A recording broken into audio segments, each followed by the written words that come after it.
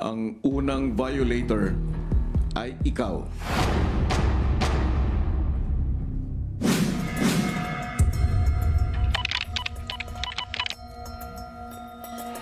Tanner.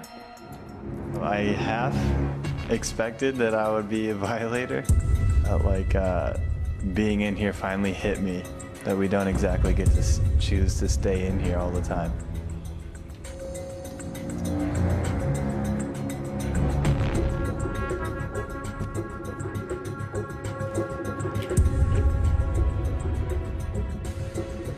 Getting any points kinda sucks. But, I mean, at least it wasn't 2 points. I feel like 2 points for nominations is a lot.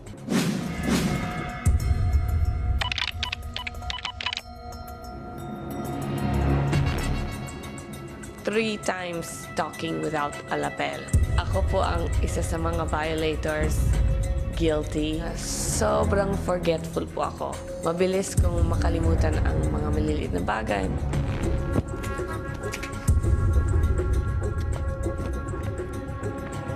Yung nabunat kong bola ay 2 points. So, that's not good.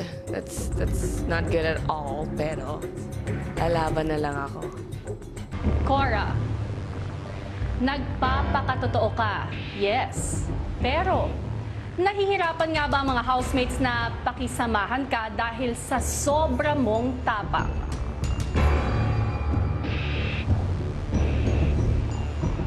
Tanner, did the housemates appreciate your effort in learning Tagalog? Or do they feel that you are not trying hard enough to know them better?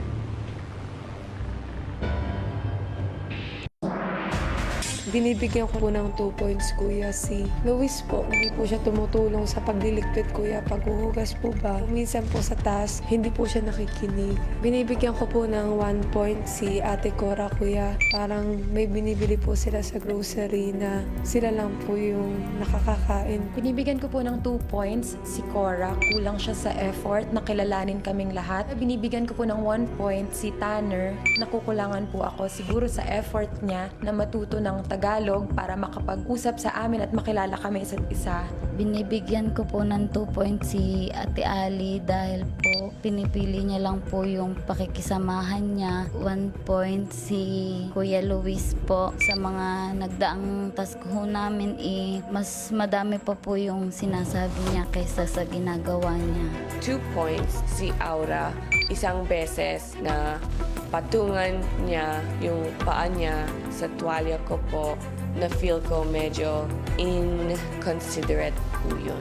1 point si Kuya Jerome sa huling task, yung kung sino aalis ng bahay at nag-cause po nun ng awkwardness sa amin dalawa. Binibigyan ko po, Kuya, ng 2 puntos si Will dun sa unang lucky task po namin. Kadalasan po siya po yung huling housemate na pumapasok sa activity area, lalong-lalo na po kapag kailangan po namin magtrabaho ng mas mabilis. Binibigyan ko naman po ng 1 point si Cora. Sa amin po lahat, si Cora po yung madalas nagkakaroon po ng kaalitan sa mga iba pang housemate patungkol sa mga iba't ibang usapin sa loob ng bahay po. Binibigyan ko po ng 2 points si Will sa pagkain po, Kuya. Hindi po niya parang naiisip na may hindi pa nakakakuha ng ulam, ganyan. Binibigyan ko naman po ng 1 point po si Cora po. Hindi po siya gaano nakikihalubilo po sa amin. Binibigyan ko po ng 2 points po si Cora. Iba po yung trato niya sa akin. May sinasabi po ako, automatic pong kinokontra niya po. Binibigyan ko po ng 1 point si Baninay, Kuya, dahil po siya ang pinakabunso sa aming mga adults. Parang naging dependent na po siya sa amin mga adults sa gawaing bahay, Kuya. I'm giving 2 points to Luis because I think he's my biggest competitor in this house. I'll give 1 point to Will because I feel like he's my second biggest competitor. He's very motivated to be the best. Binibigay ko po yung 2 points ko kay Will. Hindi po siya masyadong interesado makisama po sa mga housemates po.